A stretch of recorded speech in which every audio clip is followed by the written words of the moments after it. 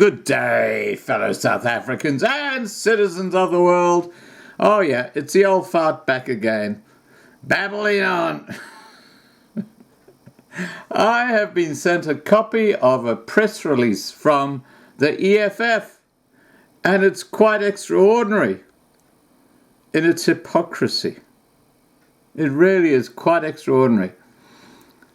This is what it reads. And I will actually be attaching to the end of this intro a copy of the actual document so you can read it for yourself. Hot off the press, here on Loving Life. My quality hat is itching. I'm going to take it off. Sorry, CIC, you've been demoted.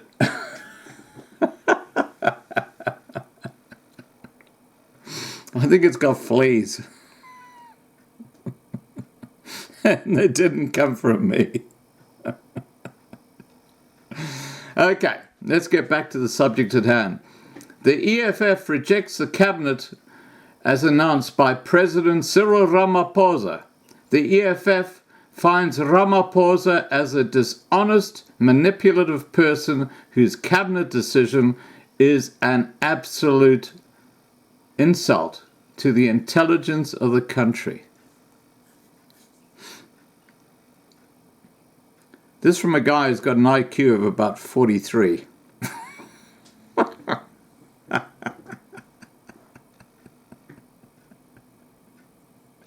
I'm sorry, guys. I couldn't resist that. It's just that when they write this sort of crap, knowing how Julius Malema and his flappy lips assistant, what's his name? I've forgotten his name now. My God, it's so forgettable. That big fat guy, you know, the big fat guy? Looks like Obelix. Obelix. Remember Obelix from Obelix and Asterix? The guy who used to walk around with these huge stones. I'm on a roll. Anyway, in this press release, this is a press release approved by the Commander-in-Chief, one Julius Malema, the Honorable. Jesus. Oh my God, I could just spew when I think of him as being honorable.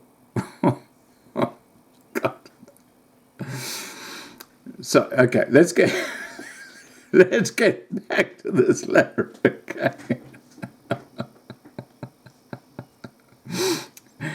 Bonsai's upset. You know, he likes Julius Malema. He always barks. I had to put him outside, otherwise he'd be jumping around barking the whole time. The first sign of absolute dishonesty is the idea that he has reduced the cabinet by reducing the number of members. Yet he increased deputy ministers. The point of the call for the reduction of the cabinet has always been about saving taxpayers' money.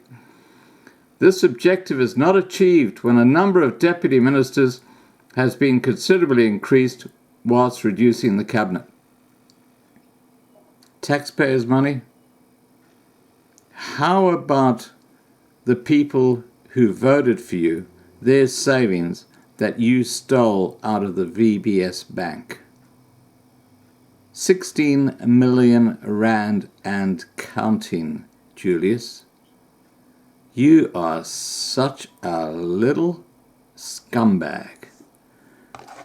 Guess what's coming up? Yep. Pogmahon, Julius. Pogmahon. I'm not going to use the trolls because they are totally left for a nastier piece of work than you, if that's possible. Anyway, let's continue. In the press release from the EFF, the cabinet remains a bloated bunch of people, which is a clear disregard of the public purse in favour of satisfying the factional demands of the ANC. Ramaphosa has... Now, you probably heard that. Yeah. Even though the old fart, Bonsai, is outside, he heard me mention Julius Malema's name, and he is now on a journey. So, excuse the barking in the background.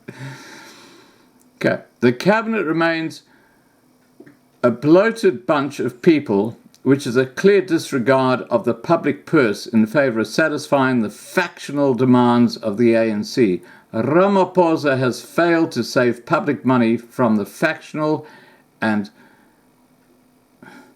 careerist gluttony of the ANC. Wow, never heard that word before, but anyway. It is what it is. Oh my gosh. Put in more deputy ministers after reducing ministers and telling us you have reduced cabinet is an insult to the intelligence of South Africans.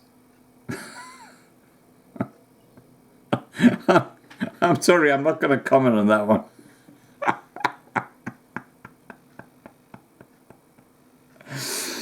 All I will say is that all those Limpopo municipalities who invested millions of rand in the VBS bank, if they had any integrity at all, would be taking you, Julius, and Floyd Shivambu. Yeah, you see, I remember old fata. What did I call him? But anyway, I remembered his name. Obelix. Okay. Floyd Shivambu has got a new name. We're going to call him Obelix.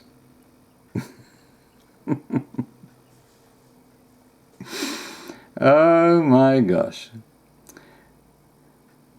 Secondly, the EFF rejects the cabinet for the rewarding of corrupt individuals like Pravan Gordhan, who has been found guilty of maladministration and misconduct by the public protector.